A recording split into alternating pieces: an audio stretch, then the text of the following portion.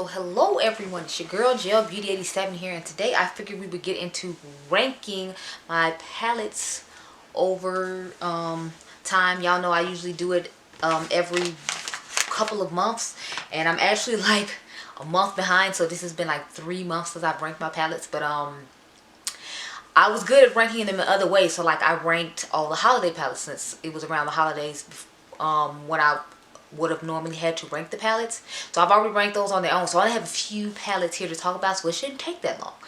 I actually literally only have 6 palettes. One I tried recently, you all haven't seen. Then I have another palette I tried recently. So a few of these you have seen recently. It's just I haven't used them since, honestly, and I need to get on that as far as like getting on my Instagram content and all that. So I'm trying to do some content today, and then I'll try to do some more Instagram pictures for the week to come, because that's what I do normally on the weekends. I take my Instagram pictures and then I'll try to film like random YouTube content. But since palettes are just starting to come out more recently now, I just saw Angelica's palette is coming out, so congratulations to her. I will be buying it and we will be trying it out, because I know that it's going to be that hot fire, because she's good about having those dark outer V colors and then crazy bold wonderful colors and really bright multi-chrome shimmers. So I know this palette is going to be exciting and I can't wait to get my hands on it. But right now I actually have on the Blueprint palette. I put it away already, so I can't show it to you, but I have one eye is the stack and one eye is the palette. So let me know down below which one you think is which. Anyway, let's start ranking these palettes, because I said it wasn't gonna take that long, and I'm gonna talk about everything except what we here for, which is the palette. So one of these palettes you won't even see a video on. I did like 3 looks one palette, and like the palette performed so terribly in my personal opinion, so I was like, they never gonna see the light of day. When it comes to this palette, I'm actually going to give it to my cousins and let them figure it out, because to me it was just so horrible, and I feel so bad, because like the color story is beautiful and I really wanted to try the brand and the palette, but once I got it I was like, ooh, no. I might try it out again one more time just to make sure that, you know, it's nothing that I can do anything with. But this is the Dreadful palette from Chaotic Cosmetics. I saw this on Angelica's new makeup release on the list just now, and like the color story is really nice. I think it is absolutely stunning. See, look at the color story. It looks really nice. It looks just up my alley. It has my blues, my greens, my purples, and then it has like this cool row of, you know, what do you call it, candy corn looking shades, and then some other grungy-ish type shades. So to me, it's a nice color story. It was just more, I feel like the formula was really difficult to work with. The mattes didn't want to blend that well. The shimmers aren't really impactful in any way. I use it with my finger. I use it with a brush. I tried to wet it. Nothing seemed to work. I just feel like these shades are too hard pressed in the pan, to where it's like they don't give you the pigmentation you need. And then when you build them up, so much, so then they start looking muddy. I just thought this was a horrible palette to work with. That is why it is dead last. And I only have 6 palettes to rank, mind you, and it is dead last, because I just felt like it was so awful. I deleted the footage off the camera and everything, y'all. I was just like, yeah, we not doing this today. We not doing it. So number 5, I have the Native palette from Exo Beauty. You all were supposed to see this video tomorrow, but you will not see it because you will see the Blueprint video instead. Anyway, my problem with this palette is I feel like the colors don't run dark enough for my skin tone. Like I feel like this color is too light, and then like the browns in here, it's like, y'all know I was more into it for the greens, and then some of these tones it seem like they're more topper shades and shimmers. Like if I remember, this is a topper, and then like this is a topper. So the overall color story of this palette looks nice, but I just feel like it doesn't go that great for people my skin tone, and that's why I'm not the biggest fan of it. Plus the Heaps of Sweet palette is a million times better than this, so I don't know what happened with the formula on this one, but I feel like it's not nearly as good as the Heaps of Sweet. So not to mention, mine has like this weird bubble defect in this shade right here.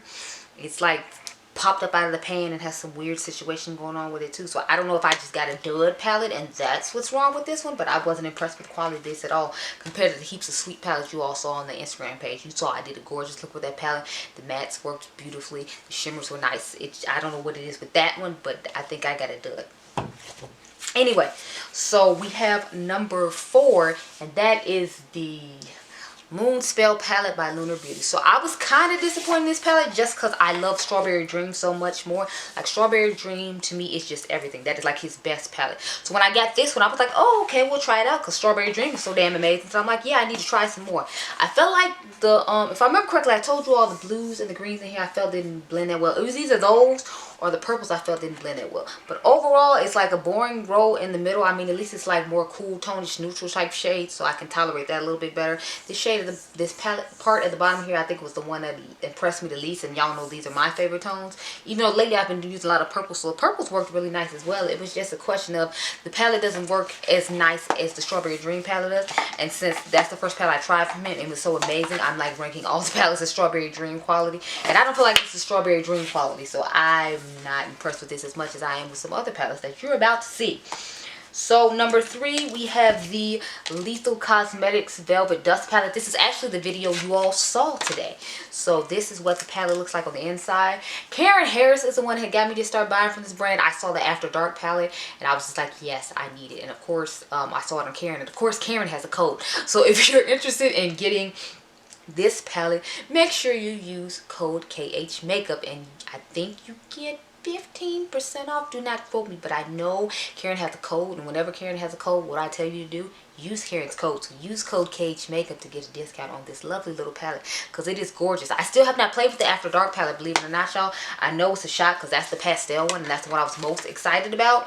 But I felt like since it was fall, this one would work better. Maybe in the springtime, I'll bust out the After Dark palette. I'm thinking about doing one on YouTube and on Instagram, and just making that an Instagram video and calling it a day. But that is number 3. So number 2 is the Impressionist palette. So I did want to look with you all a while ago. I've been meaning to use it again and do one on what is it called, on IG, because I like to try to do one video on IG and one video on YouTube, so the people that watch me on who follow me on IG get a tutorial in addition to the people that watch me on YouTube. And then if you want to see another color story and you didn't want to, you know, like wait for me to come on YouTube with this again, then you could get a tutorial there as well. Plus I try to give content on both pages, so I'm trying to get better at it, and I still haven't managed to get this on there though. I need to do another look with it just in general. If I remember correctly, I used the pinks and the reds just because I knew you all expected me to use the bottom part, or I might have just used the bottom part. I honestly don't remember. I did this video a while ago, but I do really like the quality of this palette, and I actually want to get the Van Gogh palette just because I saw the color story of it, and y'all know it was my color story